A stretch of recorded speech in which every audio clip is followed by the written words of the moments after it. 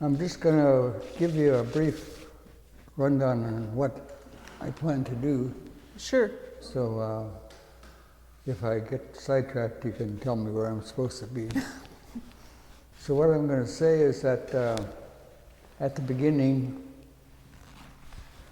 we had the native village down on Catalan Street and Caguantan. And we became aware of the SJ students because they all seemed to walk through the village and they would, some of them would stop at the bakery and get cream puffs. And we thought they were rich because they could afford cream puffs. So you kids couldn't, that wasn't something that you kids were allowed? No, we were happy with the candy bar once in a while. But the other thing is, we would observe those people. We used to tease them all the time, and they would tease us back. But the thing that we noticed right away was that they were clean. And we weren't always clean ourselves because we liked to play on a pile driver, and the pile driver had a cable going down to the heavy weight, and it was full of grease, but it made it good for sliding down that cable. So we always had, we had a lot of grease on our pants. So where was the pile driver? It was stored on the beach by Conway Dock, and it was almost always in use because the Torridos would eat the logs and they had to replace them because if they didn't, the whole dock would fall down. So the SJ kids always had clean clothes? And Yeah. Mm-hmm. And I think they were trying to get some native food too, because they would go to certain older people that had a supply of dried fish, smoked fish, and they would buy it from them. So with the kids coming down, was it mostly Tlingit kids then in those years? Or were there kids from up north then? They always had people from up north. I don't know who paid their fare to come all the way down here, but that was a big expense. So the kids that would come down to the village were Tlingit kids or Southeast kids? Or They all seemed to come down there. It was a place to go.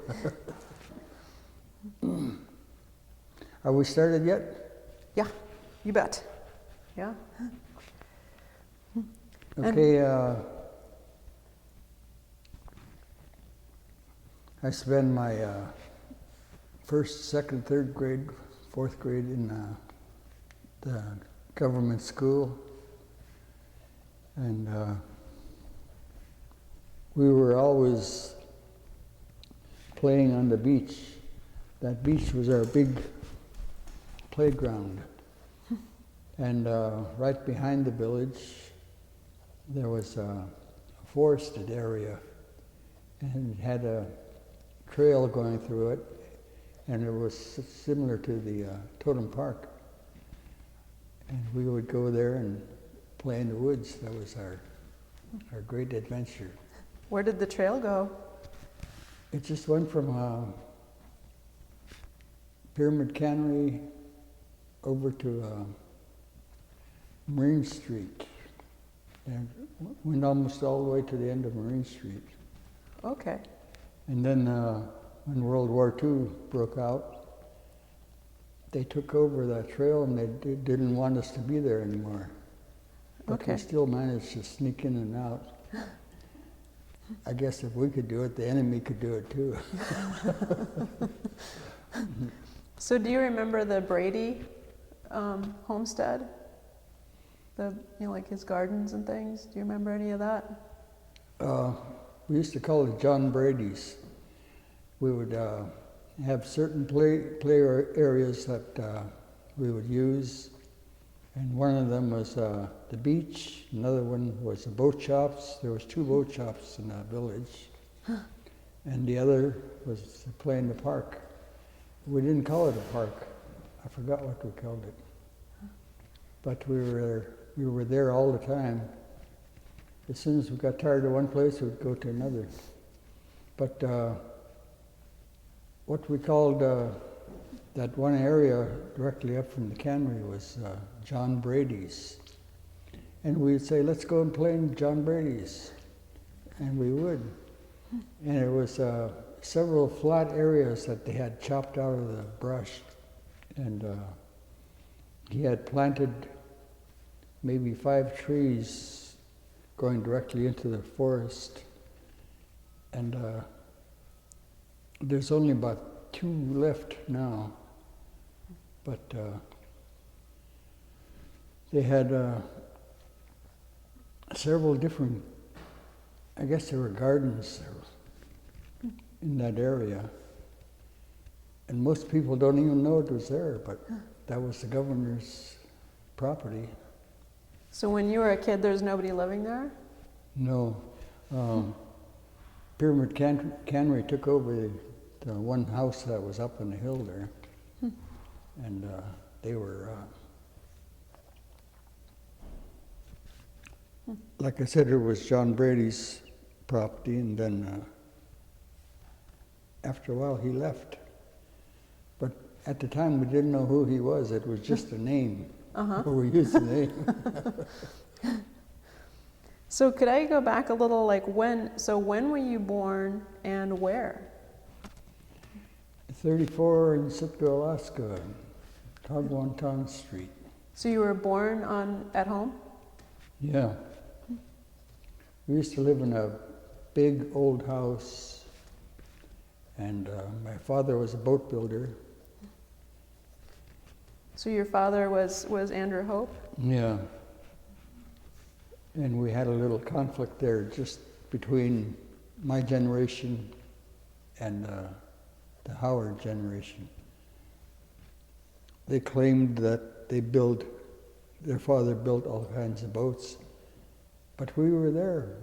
We saw what was happening. We played in the boat shops. And Andrew Hope built 26 boats that we know of. Of course, there might be others. But as far as we knew, the other boat shop only built 1 boat. But what he started to do was he started to haul boats into his shop for repairs. Oh, the Howards. Yeah. And your father didn't like repairing much? Like he was more building boats? Well, he repaired boats too, but not very often. So most of the boats he had contact with, he built them. Built the whole boat. So the 2 boat shops you mentioned were your father's boat shop and the Howard boat shop? Yeah, there was another one before that too, and that was, what's his name? Jennings? Scotty Jennings? Scotty Jennings, yeah. Yeah. It was right next to the A&B Hall. Do you remember that shop? Yeah. We had free run of the other boat shops. We could come and go as we pleased. It was another playground. But you couldn't do that with Scotty Jennings' boat shop. If he saw you anywhere near your shop, he would just start yelling and hollering, and you had to get out of there. So did he build boats that you knew of, or mostly repair, or what kind of stuff did he do? Yeah, he was before my generation, but my father worked for him for a short time until he got enough money to build his own boat shop. All right. And so you're, so you have a lot of siblings, or you had a lot of siblings. You had a lot of brothers and sisters there. Yeah. And so where, are you the youngest or the? Well, off and on I was the youngest, but there was 4 babies after me. and they didn't live long. Then I also had 4 older brothers and sisters. And we have what they call right up the street here is what they call the Indian burial grounds. So that's where my family is buried. So across the highway? Yeah. Yeah. Mhm. So I know your father attended Sheldon Jackson, like, way early on. He was like a really early student. Yeah, that's what I read, but I don't remember him ever talking about it. Oh. He always talked about everything else, but he didn't talk about Sheldon Jackson. And then, how many of your brothers and sisters went here? My brother Herbie went for junior college for a short time. And Percy started in high school, but he got tuberculosis, so he had to go to the hospital.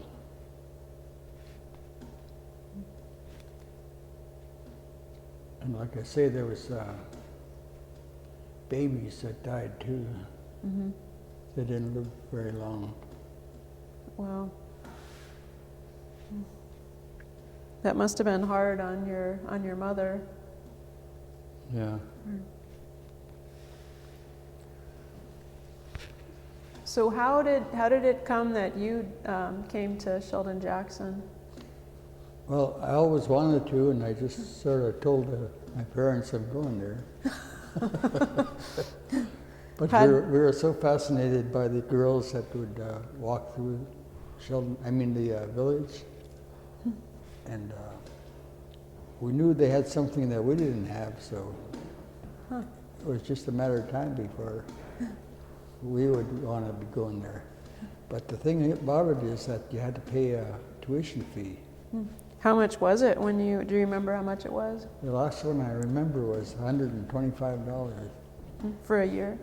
to attend Sheldon Jackson. So that was each year Every year, yeah. So did you have to earn that, or your parents pitch in? Well, the first year my parents chipped in, but after that I started to get old enough where I could go out fishing with my father, and then I would earn some money.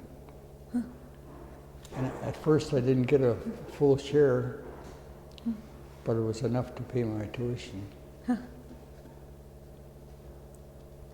So how old were you when you started fishing with your father? I don't remember. It was my freshman year, so 14. must have been around there, yeah. And then you mentioned that the Sheldon Jackson kids spoke differently. They what? You said they talked differently from the kids? Like they had a different way of speaking? Well, it was just because they came from different places. Like up north and... Yeah, up north, and then Angoon definitely had a, what do you call it? Accent? Anyway, they spoke differently. Oh, okay. And then Huna was another one, they spoke differently. But you could almost guess where those people were from just from the way they spoke. So were they speaking English or Tlingit? Both. So they had an They accent? spoke English differently and they spoke Tlingit differently. Wow. But even today you can detect that difference. So and there were probably different accents, people coming from like Klakwan, or like would every place have its own accent, or just those two places? Yeah. One that's real noticeable is Yakutat. Yakutat has a different way of speaking Tlingit. So did you grow up speaking Tlingit or English or both? No, my father was a fanatic about Alaska Native Brotherhood, And one of the rules they had was that you will not speak Tlingit. So we didn't even speak any Tlingit. We were around people that did, but we didn't do it ourselves. So most of the officers of A and B raised their kids with don't speak Tlingit. So do you know why that, or what the idea was behind that? Our goal was to mingle with the Caucasians, and we knew that it would be faster if we spoke English. So just before my generation and then my generation and the people following that, we all spoke English.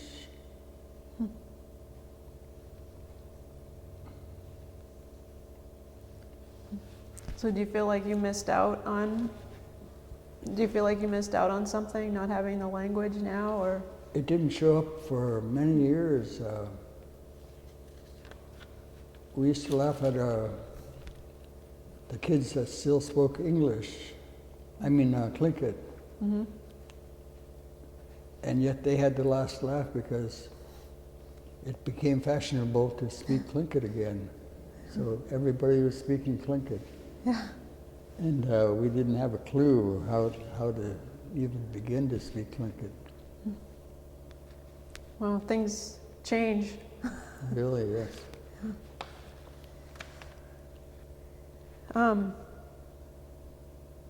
Yeah, so you really wanted to go to Sheldon Jackson because you said you felt like they had something that you didn't in the... They were high class. When you observed them just walking down the street, they seemed to be high class. And I wanted to be there too, so I was hoping it would happen when I went to Sheldon Jackson. So what was your, like when, were you happy here? I mean, did you find that it was elevating? Or? It was so different than what I expected. Like, we knew there was schooling involved, but that's about all we knew. And then when we got here, we found out we had to live in a dorm. And living in a dorm is entirely different than anything you expect. But we had a system where everybody would talk to each other. And of course there was always a couple guys that didn't know how to talk to anybody, and they were isolated. So you lived in a dorm, and it took you about a month before you finally start to know people's names and where they were from. Then after a while, they would start telling you what they did in their hometown. And we always had a lot of time to visit. Like my first roommates were Clarence Jackson and Fred Friday, and they were both from Cake. There was 3 of us in the room. So and that was when you were in 7th grade? No, this is freshman Or year. freshman? Sheldon Jackson. Oh, right.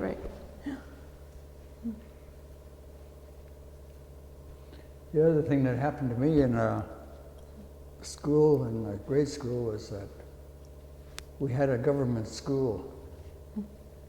And the government school said, you will not speak Tlingit in the classroom. So that happened. And then was there, like, what was the policy here? Did they actively discourage people speaking in their native languages, or? Yeah, if they made it a habit of talking, then they got punished, and they had to stay in their dorm for a couple of days, whatever. And they would just they knew they would be punished, so they quit speaking their own language. Mm-hmm. Every once in a while, we'd have an Eskimo or an Athabascan in a dorm, and they would teach us certain words of their language. And we thought we were really high class now. We could speak their language, and all it was is one word or two words.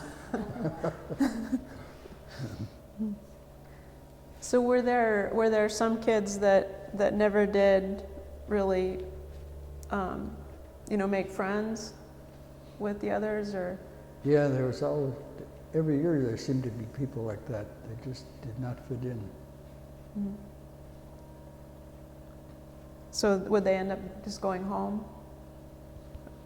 Well, they usually didn't come back the following year. Mm-hmm. But most of the kids would make friends and...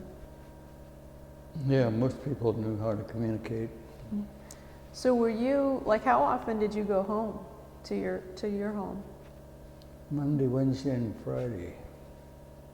For dinner, or? I would just go home long enough to have a home cooked meal and then run back to school. But most of the time I try to take something back to school with me. Whatever, something to eat? Whatever, yeah. Crackers or things like that. So they didn't feed you enough here, or just not what you wanted to eat? When you're young, you're hungry all the time. So they couldn't have fed you enough. Anyway, the next room I stayed in was what we called room 8. It was the biggest room in Fraser Hall. And I think there was 8 people in there. They had bunks in there.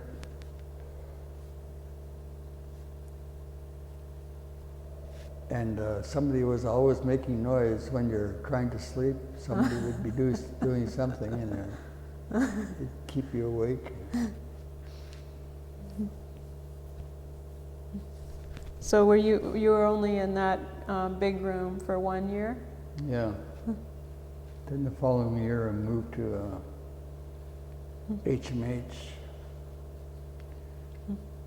See, I only stayed in a small boys building for a couple of years, and then I moved you up to the big boys building.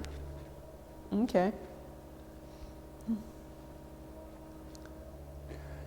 One thing I forgot to mention last time I was interviewed was the fact that Sheldon Jackson was famous for having a good choir, and it was really beautiful.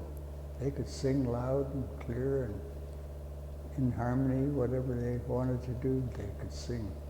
Were you a part of the choir? I joined them a couple of times, but I couldn't read music, so I wasn't getting anywhere. So were you, in the years that you were here, did they put on one of those musicals? I've heard about Mikado and HMS Pinafore and... Yeah, Herbert Dietrich's generation did the Pinafore, and we did the Mikado. So were you involved in that, or was that older kids? No, we were part of it. So were you in it? Yeah. What was your part? We just their background music. Well, that's just an incredible production. But the thing about it is that what surprised me was that there was some cake girls that sang good in the choir, and when they saw what was required to be in the Mikado, they said, "That's opera music. We can't sing like that." And it was just a short time later that they learned how to do it, and they were singing like they were old-time opera people, and it was amazing. Wow. So and then was there just one performance? No, it was two, I think. And that was here in this building? Yeah. In the I was trying to think that it seemed like we traveled too, but no, we didn't travel. or you did the choir travel? Or Yeah. They went down to Seattle one time. And this was in the days when there was no jets or no planes. so were you involved in sports? No, I tried to get into the basketball, but I just couldn't do it. In them days, everybody was expert in basketball, so you couldn't be just mediocre. It's a lot of competition. Yeah. Then we had the gym directly behind this building. It was about 300 yards from here. So And to me, it didn't look like it was about to fall down, but for some reason they tore it down. Yeah, Anyway, that's where a lot of the city ball games were played. And Sheldon Jackson always had a good team. They were, when I was a kid, well, I wasn't going to Sheldon Jackson yet. I would walk all the way up here, which is a long way. And I'd get either a dime or a quarter from my parents. Said, "Gotta see that game." So it would be like Sheldon Jackson playing, like. Well, we had city teams at the time, and we also had high school teams. And it's a funny thing that Sitka High was not a good team in them days. And then later on, they got to be state champs. So they were really good. They were probably smaller than Sheldon Jackson in those days. What? Sitka High School was probably a lot smaller. Yeah, it was. They all fit into that one building that they sold to somebody else. But basketball was the big issue in them days.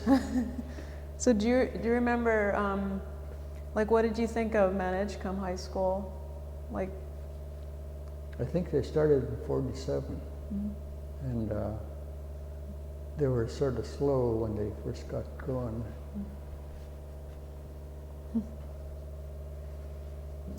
so there wasn't, like, when you were here, there wasn't much like rivalry or. Yeah, it got to that point later on, but it took a while. Okay.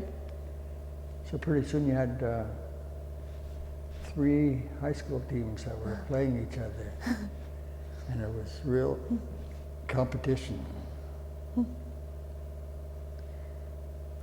So, and this is going back to, when you'd go home for a meal, like what was a typical meal that your mom would cook?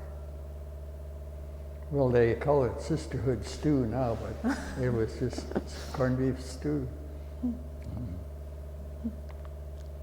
So you wouldn't eat a lot of fish at home? Yeah, that was our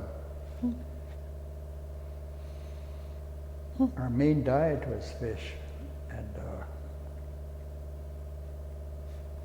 we finally got to the point where we acted like our parents. We get all excited about certain brands of fish and certain ways of preparing them. So we always enjoyed our fish. And for some reason, Sheldon Jackson didn't know how to cook fish. It never was the same. So they'd like overcook it or not treat it right, or? I don't know, it seemed like something was missing. Now, there's an art to it. Yeah. So like what were some ways that that your family would fix fish? Well, we always had boiled fish, but there were certain times when we'd have a baked fish, and then there was times when we had smoked fish and then boiled to make boiled fish.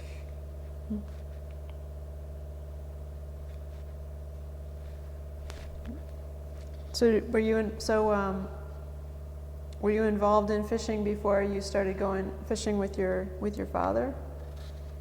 Yeah, I think it was there 1 year or 2 years. Or the other thing that Sheldon Jackson did was, if you're ambitious and excited about hunting, they would let you go hunting.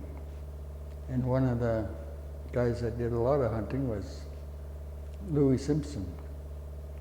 And he was in school, and yet they would allow him to go up in Verstovia or back to Arrowhead. But he already knew how to hunt, so they didn't have to worry about his well-being. So, and then what he got, he'd give to the school. Yeah. He also had to give some to his parents, so. But he usually brought the deer to the kitchen. Okay. So that would be probably a special treat. I mean, one deer isn't going to go very far among. Yeah. So that would be like a special treat for a holiday, or? Yeah, like I said, there was over 100 kids here, so you usually had to have at least a couple deer. Uh-huh. So did you ever get to go out hunting? What? Did you ever get to go out hunting? Yeah. Like I said, Andrew Hope was a boat builder, and he built a big seine boat, which at the time was big. He built a big seine boat, and it was called the SJS Second. And every once in a while, he would take a whole crew of Sheldon Jackson students out to certain places where there was a lot of deer, and they would go hunting. So in the years that you were here, did he do any fishing trips for the school? Yeah, he also did that. They would usually aim at cohos or dog salmon. So is that just because it was a fishery that was happening when school was going on, like fall fisheries? Yeah. So did you go on any of those trips, the school fishing trips? Yeah. They usually combined it with the hunting and fishing. And you had to get a permit from the Fish and Game so you could fish for cohos or dogs or whatever. Like out of the season? Yeah. Or... It was subsistence, so they allowed the school to do that too. Wow, that's pretty neat. So was it still the case when you were here that you worked half of a day? Or how much did you work each week? Work? Mm-hmm. Usually it's you work one day and then you'd have a class the next day, and then you work another day and then class another day again. Oh. It went like that. And what kind of jobs do you remember? What kind of work did you remember doing? Well, there was a whole variety of things we did, but the one that sticks in my mind right now is that right in that main street there, we dug, I think it was a sewer line, but I'm not sure. We dug that sewer line and it was deep. You could hardly throw the dirt out of it. And we did that kind of work. Sometimes we went to Totem Park and we got logs off the beach there. See, this cannery used to be right over here. I mean, the sawmill right used to be right over here. And the rafts were parked right there. And then you'd have all that wave action, and a lot of those logs would break loose, and they would all end up in Totem Park. So when we wanted logs, we went to Totem Park and got them off the beach. Of course, we had to tell them that we wanted them. So there were logs that came from the sawmill that you were just getting back. Yeah, most of them, but there was, in them days, there was always logs drifting everywhere. So that sounds like kind of dangerous work for kids, but like how would you collect the logs off? Like with a power skiff or a... We had an outboard and a skiff, and we'd have the guys in the crew on the beach that they would roll the logs as close to the beach shoreline as they could get it. And then we would get the logs and we'd wrap a line around the log and tie it in one end. Then when we pulled it, the log would roll. And eventually we would get to the beach. Sometimes it got stuck, but most of the time we got it. So would you have like a staff, an adult working with you? Yeah, most of the time it was George Prescott. And we just towed it to the sawmill, which was right down there, so it wasn't far. So did you work in the kitchen or serving, and are there other kinds of work that you remember? We had to work in the kitchen at certain times. They always needed help there because there was a lot of heavy stuff that needed to be moved. Oh, okay. Yeah. Like lots of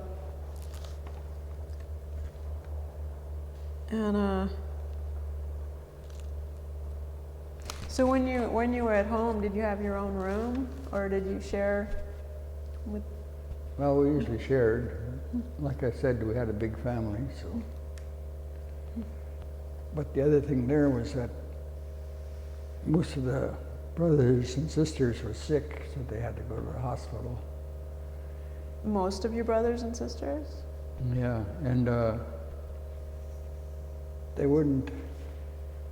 they didn't have a hospital here. And then after the military moved out of Japonski Island, A&B made a request for a hospital because we had hospitals over there. So they agreed to it.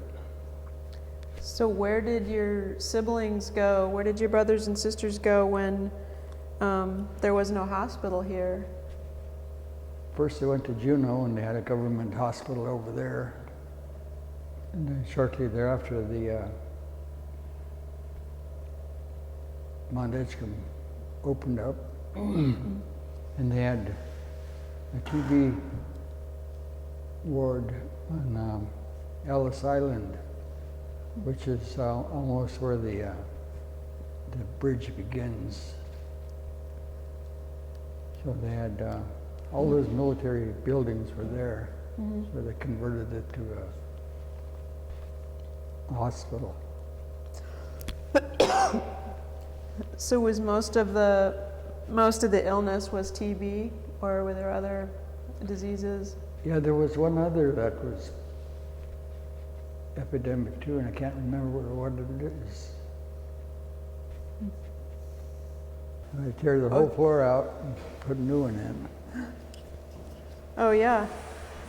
So the whole floor, the whole.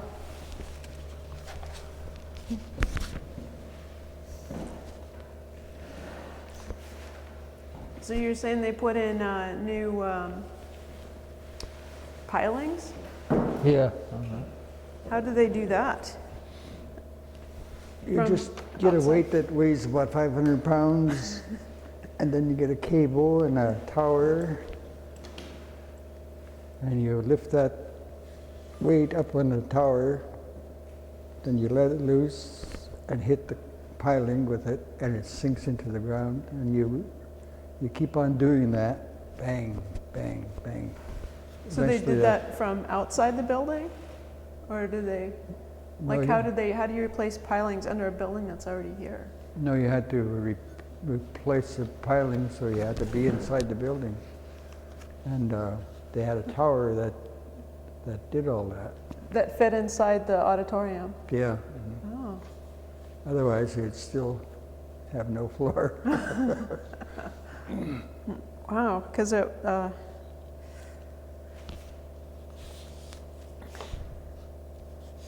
so do you remember the SJS second and the Princeton Hall being built? Yeah. Mm-hmm. It's like I said before, some people claim that they want to have credit for having built this, and they didn't build it. Mm-hmm. It's like I said before, my relative had a property, and they realized they couldn't build that bigger boat because it wouldn't fit my father's shop. So they asked him if they could build a boat shop on his property, and he agreed to it. And so they built a shop, and then they went ahead and they built a Princeton Hall.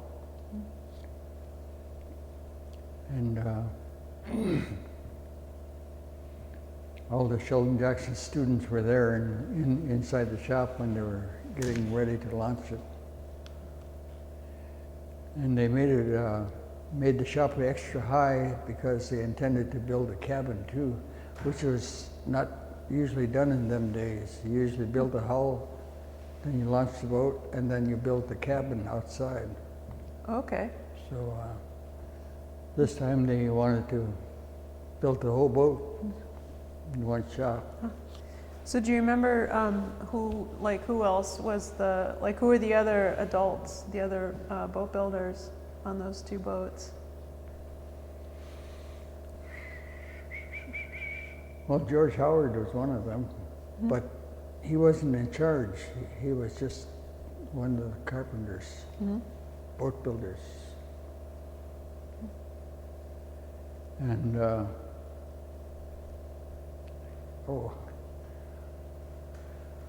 I saw his face for a minute, and now I forgot it again. But there was about 4 key people that did the work, and then he also had Sheldon Jackson students there, and if they had to carry lumber or if they had to move lumber, whatever they had to do, if it involved heavy work, then they called Sheldon Jackson and said, we need this done and that done. So I wonder if that was part of your attraction to Sheldon Jackson, would be seeing those older boys, or do you remember anything like that?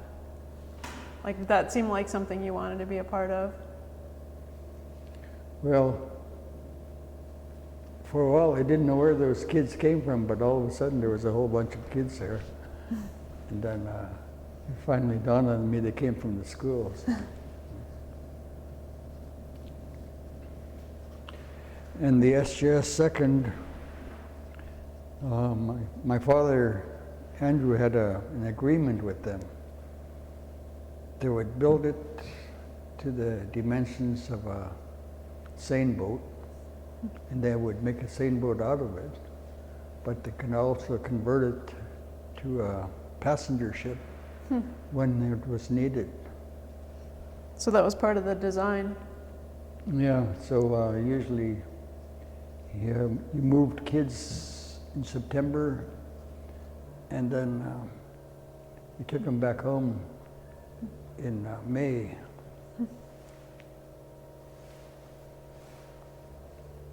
So how was the conversion like? How did they carry kids? You're too far away. I think I can hardly hear you. Oh, okay. So how did they convert it? So they put in like seats, or they just had the kids? Yeah, they had SGS was a fishing boat. Mm-hmm. SGS second. First they had SGS number 1, then they had SGS number 2. And So how would they change it over then to carry kids? well, what they did was they built bunks in the fish hold of the boat, and then they built a cabin over the hatch combing, and then they had windows and doors on it, so that, and a ladder, you could walk down into the hatch with the ladder. It seems to be getting colder in here. Yeah. So they would Am I actually. still focused in on this thing? Yeah, pretty good. I moved a little bit, so I just didn't. Okay. Oh, we gotcha. But the Princeton Hall was built with the sole purpose of moving students. Mm-hmm. So they had built a lot of bunks into that boat on purpose. But on the SGS second, it was temporary. So as soon as the students were moved, then they would take the bunks back out of the hatch and convert it back to a fishing boat again. So they would take so they actually like built a cabin on the deck, and they would take that off? Yeah. Huh. Wow. I wonder if there's pictures of it with that on it. I don't know. Yeah. It seemed like Sheldon Jackson should have pictures of that. Yeah.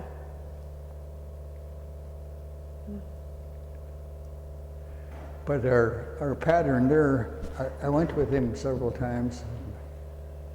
What we'd usually do is we'd go up to Haynes, and then we'd inform the people in Cluckwan that we were in Haynes, and all the students in that area would come down and they would board the boat, and they'd live on the boat until we got back to Sitka. But the next stop was usually Juneau, and Juneau usually filled up the boat. And then we'd stop in Huna, then we'd stop in Angoon, and then we'd come back to Sitka. How many kids would that be? I don't know, 30 or 40, but you wouldn't think they'd all squeeze in there, but they did. That's amazing. And then the kids, how would the kids come down who came from up north? I don't know, but I just assumed they flew down. Uh-huh. And I don't know if the school helped them with the transportation or not.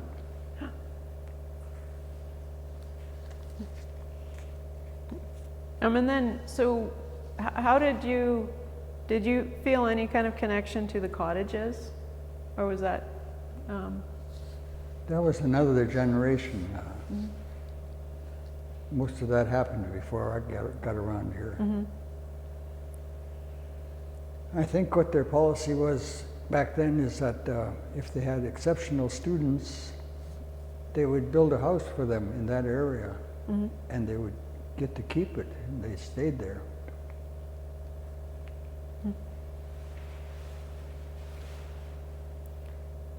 But you never, or because you had some relatives living out there. Yeah. The Willard family was related to us. Fact is, that same Willard family, they were an old couple, but they adopted my oldest brother, and his name was Al Willard. And they took him in until he could support himself. Then usually native people didn't do mechanics of any kind, and what he did was he learned to run a projector, and that was very unusual in them days. So pretty soon he was running the movie house. It was called the Coliseum. So he ran that movie house. So, and that was your oldest brother? Yeah. And his name was Willard, but he was still my brother.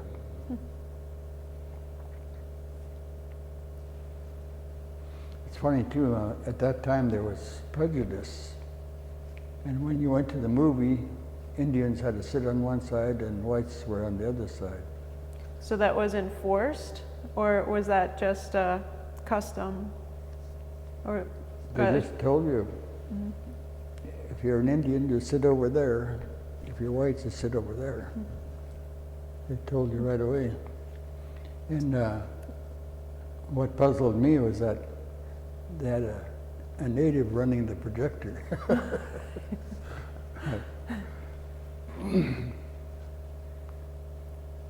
So what do you remember what you thought of that at the time? Like, was that just like how it was, or? Say it again. Do you remember what your reaction to that was when, at the time? It was just something we did. It didn't think there was anything wrong with it. How about other places in town? Was there much racism in other places in town? Well, they always told the clerks, keep an eye on the Indians, they steal.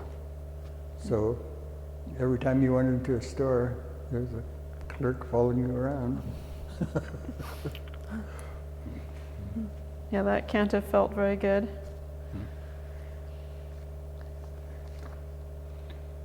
Then the other thing that they did in that movie house was they made sure all the little kids stayed right up in front of the movie house. They couldn't sit anywhere they wanted. So to keep them from like throwing popcorn? Or do you think it was to keep them from throwing popcorn? So you could keep an eye on them? Well, they just did it. Same thing happened in stores. Anytime you went to the grocery store, they had somebody follow you around because they didn't want you to steal anything.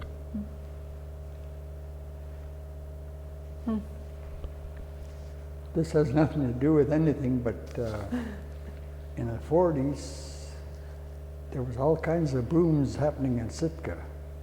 And one of the booms that was happening is that Puget Sound had heard about the good fishing in Sitka. So all their trawlers, the double-end trawlers that used to exist in them days, all came up to Sitka. So all of a sudden you had A&B float just filled with double-end trawlers. And they were all single men. And I used to try to go and sell papers to them, but it was not safe to go near them. Because they were desperate. They wanted to talk to somebody, and even if you're a little boy, you thought, okay.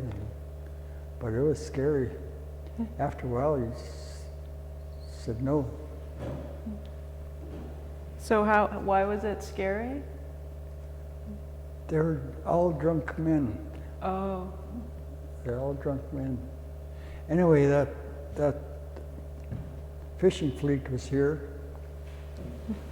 and then at the same time, World War II was happening, so they were having a boom over in Japonski Island. Every construction worker in the world seemed to be here, and they were all building stuff. And then the military people came in at the same time. So Sitka was booming.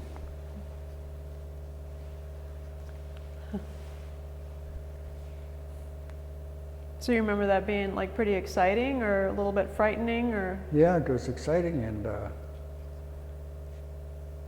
about the same time they were building Totem Square.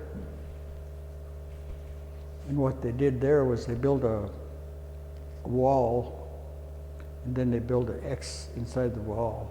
See, the whole thing used to be a beach. And then after they got the X, then they filled in the empty spaces with they had all kinds of trucks. Huh. They filled it in.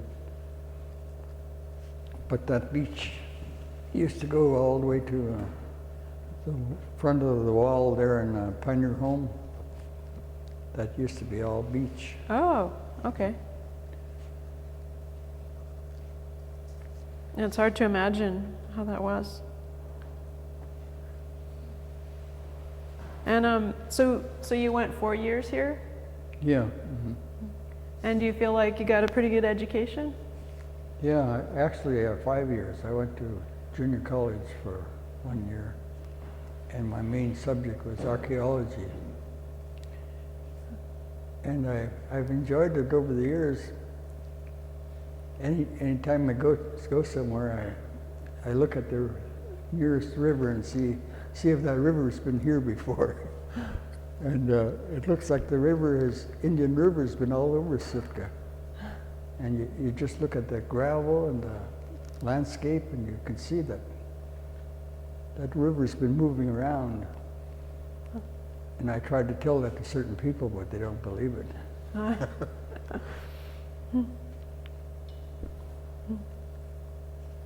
Yeah, I believe it.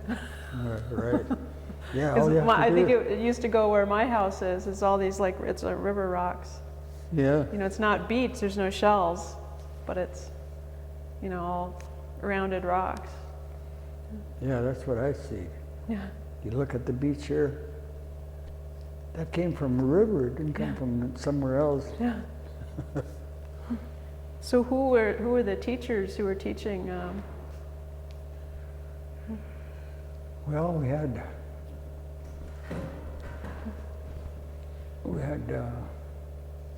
Miss Whitmore, which was archaeology, and she covered all kinds of classes, but she was a good teacher. And then we had other teachers that I just came from a territorial school when I came here, and I thought, geez, we done this a couple of years ago, now we're still doing it again. Uh-huh. It was like we were behind the times as far as the class goes. Oh, okay. Huh. So the school, where you went to elementary school, was pretty good. Well, there was other classes that were okay, but certain teachers they didn't keep up on their classes themselves, I guess. At the village school or here? Here. Here. So they were not good teachers. Of course, we had a couple of good teachers, but like I said, it looks like the teachers never went back to school, and they just kept repeating the same thing over and over.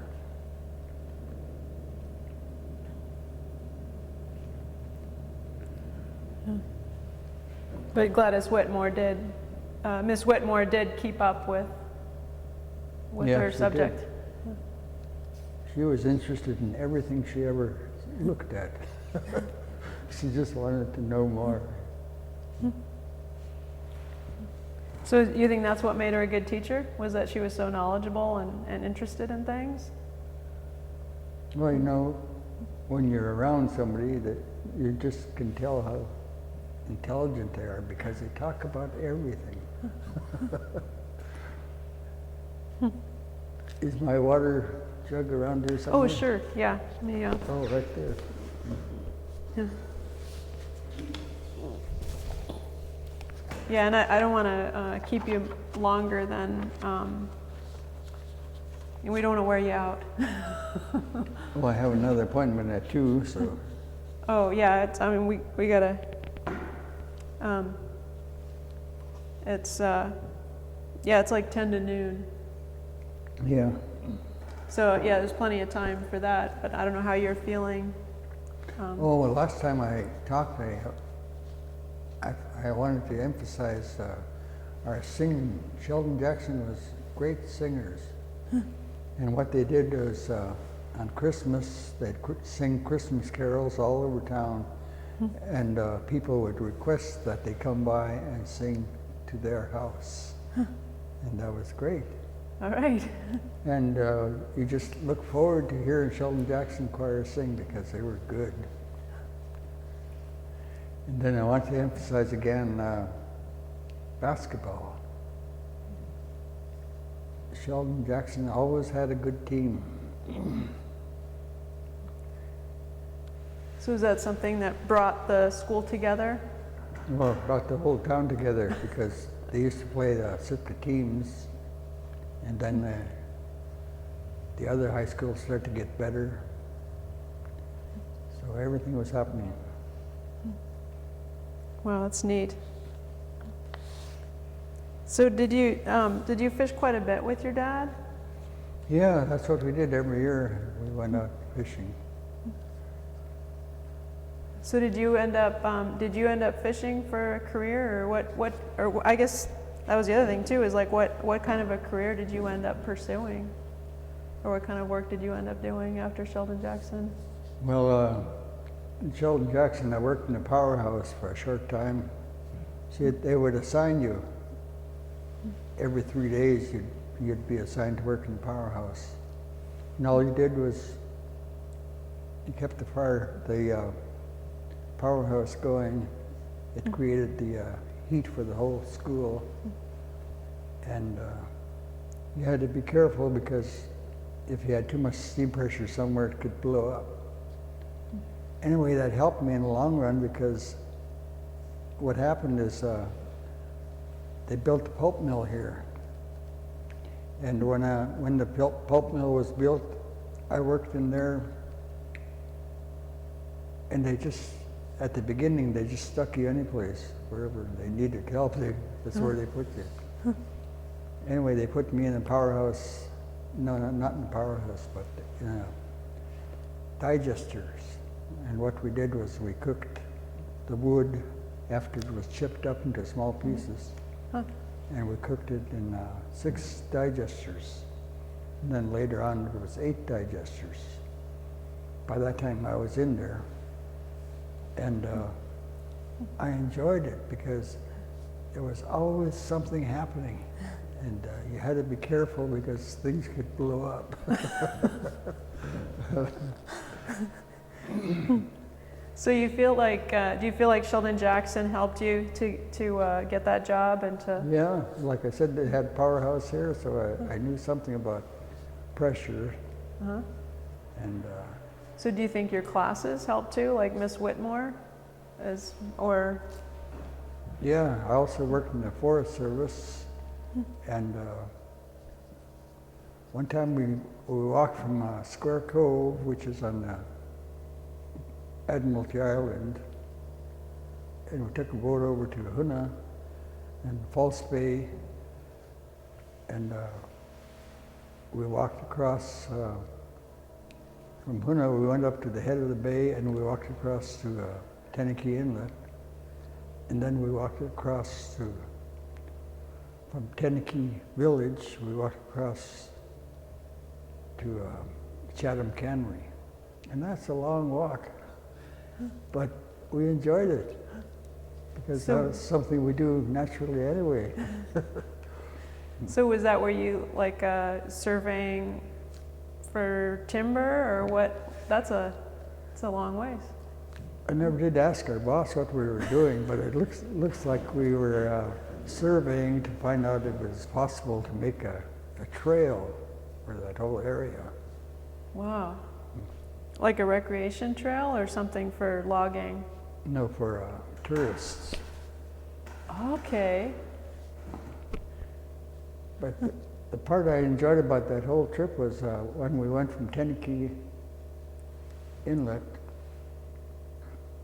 over to Chatham Cannery, and there was a mountain, one mountain, and we walked right at the base of it all the way over to Chatham Cannery. And I thought, gee, that would be a good trail. I think other people would enjoy that. Yeah. I wonder if there's, there's been so much logging since then. I wonder if there's like clear cuts in the way. Oh, there's, this was after the pulp mills shut down, so they quit cutting. Oh, so this was not that long ago. Yeah. So we went to different areas, and you could see the new growth had already jumped out of the soil, and it looked amazing. Real dense, small trees. And I heard what they're doing now is that they're thinning out those trees. And I thought, that's a good idea. I don't know what to do with the trees afterwards.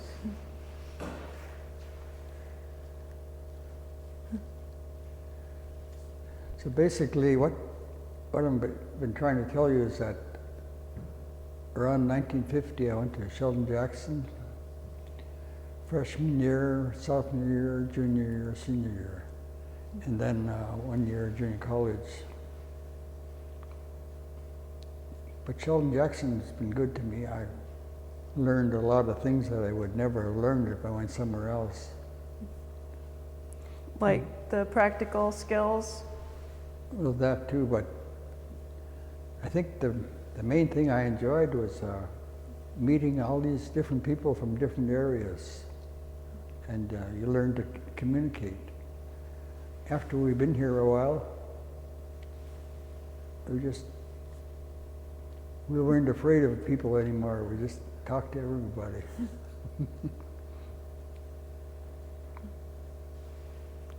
Wow. Yeah, no, that's great. That was all the questions I had. Oh, the dining room. The first thing I noticed when I was in the Army, there was a lot of people that were drafted that didn't know how to do anything. And they didn't even know how to eat in public. And we were trained how to eat in public there in the dining room. So you don't just sit down and start eating. You have a system. So what was their system here, or what? They served us dessert. That was a good system.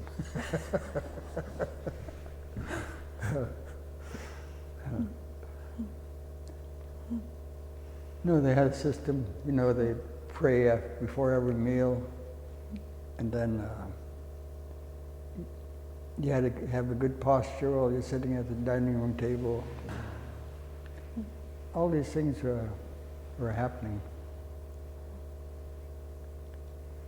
And then did you have room inspections? Yeah, we did. And that was important because there was some people who were just naturally sloppy. No matter what they did, it was sloppy. But we had these darn supervisors would come through and they would say, "What's going on in this room?" Like we did something wrong. It was just our everyday living. But we learned that we had to be neat and clean. You want more water? Yeah, there's still some there. But the women worked in the kitchen, in the dining room.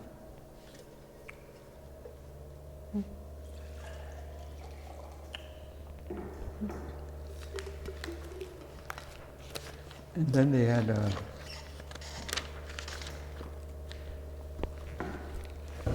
I forgot what they called it, but there's a building over across the street here.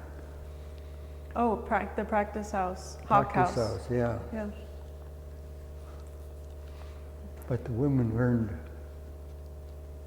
how to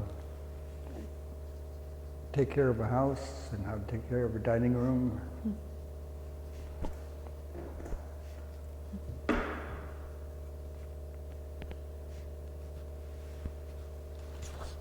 and we have 2 minutes to noontime. Oh. Are we going to go past noon or no? Oh, it's completely up to you.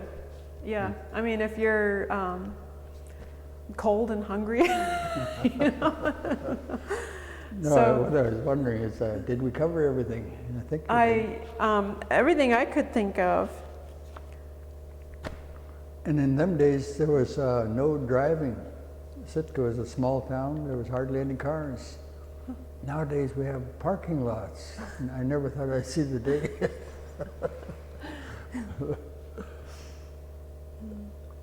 Yeah.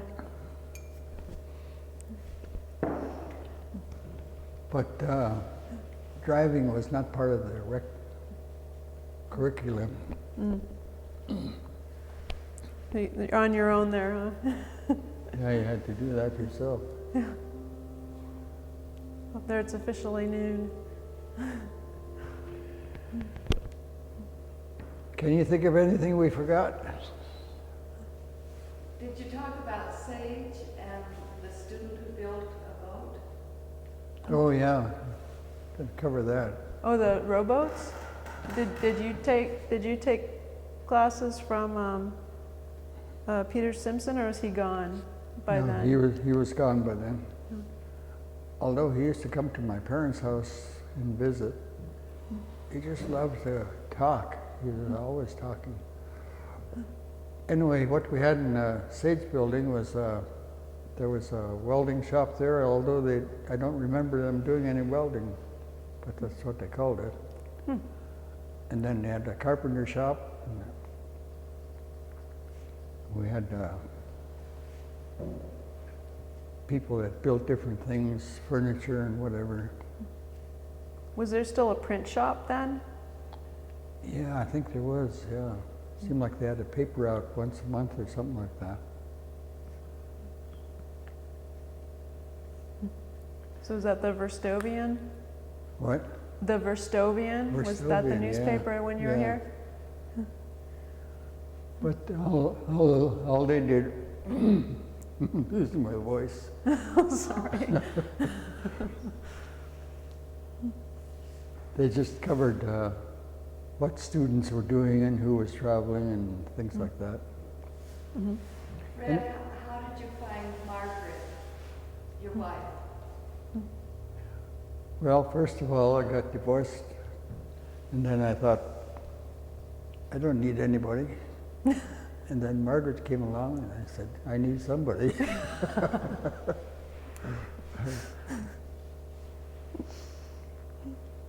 But I think she came to town here. She's from Wrangell. And we just happened to meet each other.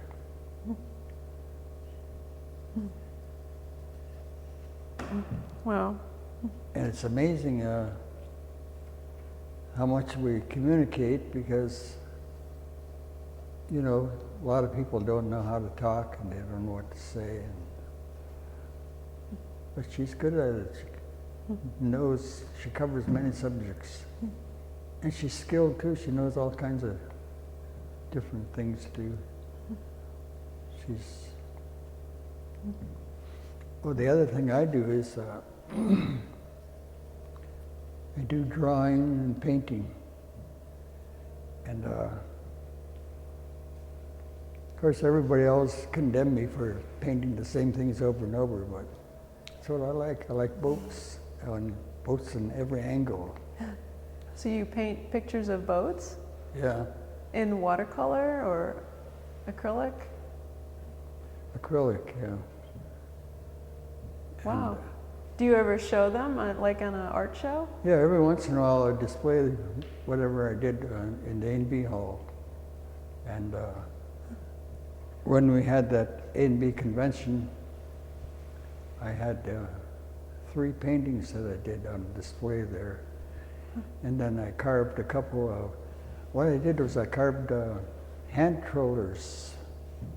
People used to have streamlined rowboats. And that's the way they would troll.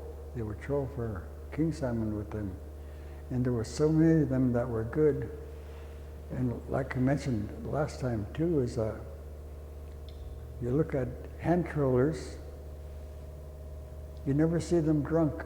They're always sober. Huh. And I don't know why that was, but they were. And then you'd see them all over. Like we were on a diesel-powered sailboat, and we'd go out way out in the channels, and we'd see those guys rowing out there. Of course, later on, they start to have outboards, and there used to be, 4 hand trollers. See, they're only about 16 feet long, but they're hand trollers, and it was usually a man and his wife that were doing this trolling, or a bachelor, and you'd see them way out in the middle of nowhere. You say, gee, how could they have a stamina to row that far? But they were good at it. Well, so this is even after there was outboard motors and people were still rowing. Well, they all converted to outboards because they found out they could go further and with less energy. Wow. Anyway, what happened was there used to be several of them that were stored under the A&B hall. And because it was under the building, they didn't have to pump their boats out. And then they stored them up on the frames there, so they were out of the water entirely. So when the fishing was slow, they just put their boats away, and nobody even knew they were around. And Fred, would you feel comfortable singing the SJ song? Singing? Would Sheldon it Jackson used to be famous for their choirs. And there is a song for SJ. Would you give us the Sheldon Jackson song? yeah, I got a sore throat, but it might work. Now draw near with the song and cheer for us go by the western sea. We love it well, its praise will tell wherever we may be. Row, row, row, Tina, Haida, Elliot, Eskimo, all for thee, wherever we may go. Raw, raw, raw, raw, hail to old SJS. Yeah! That's great. I'm surprised I still remember it. Anyway, people used to get so enthusiastic at the ball games, they'd shake the whole gym so they didn't fall down. Wow. Oh, we're running out of time, so Yeah. one last question. Well, I guess maybe like what's your so you say Sheldon Jackson was good for you, and that's I guess what's your view of Sheldon Jackson overall? I guess of the school. Like, do you think it was good for most people who came here, or? Yeah, I think everybody benefited. But what I wanted to mention was that for many years, people used to go to Juneau after fishing, and they would get their groceries and their clothes and whatever else they needed. But while you were there, you met all these Sheldon Jackson people, and you got to talk about the good old days. It was great. Wow. Well, thank you so much for sharing some of the good old days in Yeah. Sitka.